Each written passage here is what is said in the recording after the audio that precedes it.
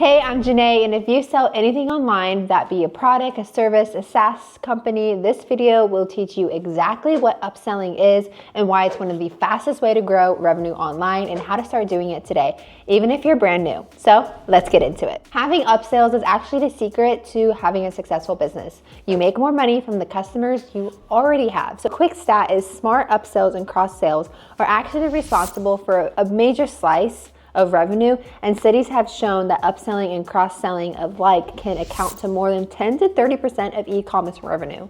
That means that instead of chasing new customers, you can often make immediate gains and more money in financial upsell by selling more to people who already have bought from you. Have you ever been checking out online and then all of a sudden you get a pop-up or it goes to a screen that says, wait, get this special, it's a one-time thing for $14.99 or for additional $5, you too can get XYZ at a limited discount. Yeah, that's called an upsell. It even happens inside when you're at a physical location. You know when you're checking out and there's that little row of little goodies, maybe some gift cards, quick little gains that you can just easily throw into your cart? Yeah. Those are all called upsells. Technically, the definition of an upsell is an offer to get the customer to buy a higher value version of what they're already buying. This could be a premium plan, extra features, or extended warranty.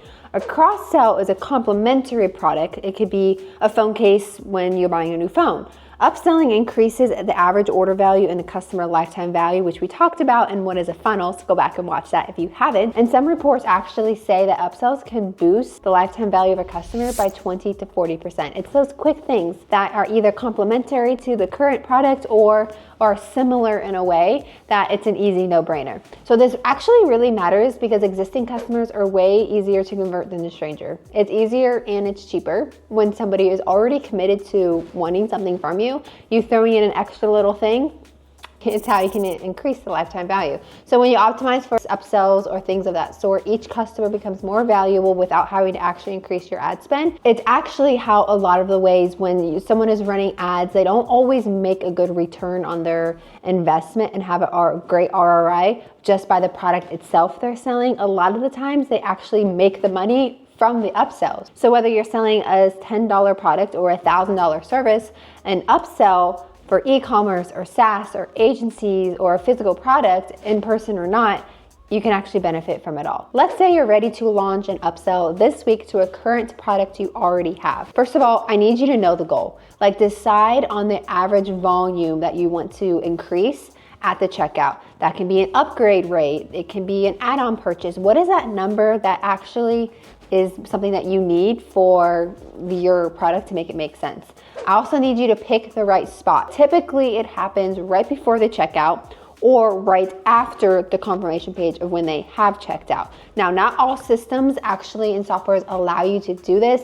Of course, Line Bundles Pro does. They're one of the very few that actually do. But depending on where you put it is also the psychology of how you're going to say and offer it, and then also what kind of products you are going to offer. Because if you do it before the checkout, they still have a time to say no. And if you do it after the checkout where they've already purchased the one main product that you're selling, they click a little, yes, I want this at the end, and it automatically dings their credit card and they've already said yes. So you can be a little bit more riskier with what and how you ask. Make sense? I also need you to offer something that is super clear and satisfaction driving. So don't push random extras. I need you to actually genuinely offer something that's valuable and like an upgrade, like an extended warranty, faster delivery, a premium service, cheat sheet for XYZ, whatever it may be. You can even verbalize it or something like add X for $5 and it saves you blank amount of time and you get results faster. That kind of thing. The fourth part is price it smart and use anchored options. Show a clear anchor, like basic would be $50. A premium upgrade would be like at least $90. Anchoring makes the upgrade feel more reasonable. Small price jumps do convert best, but people also do prefer stepping up at one logical tier at a time. So if you're selling something for $5 and then an upgrade is $80, like it's a big jump and they're probably not going to do it. So make sure you tier it correctly. The final step is measure and track it. Watch your upsell take rate. Are people actually clicking on it? Is something wrong?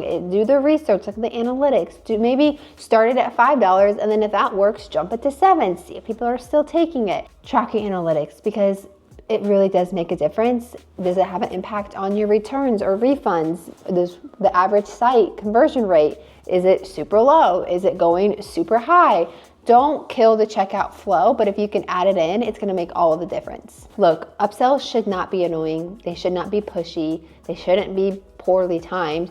Don't upsell before the trust is built. It's actually very, very key. Like having a low value item, if the upgrade adds no clear benefit, then don't do it because people are going to ignore it. Like I said before, if you have a $5 offer and your upsell is $60, people are probably gonna ignore it, and then they're going to abandon the cart, and then you're never going to get a sale to begin with. So be super strategic, and then also with your follow-up and your emails, make that a part of the upsells, even if they don't buy it in the exact moment they check out or and they have their screen open. Maybe set up an email to go out, X amount of time later, where it also includes that upsell again, maybe for a little bit more of an expensive price, maybe a little bit cheaper, whatever works for your customer.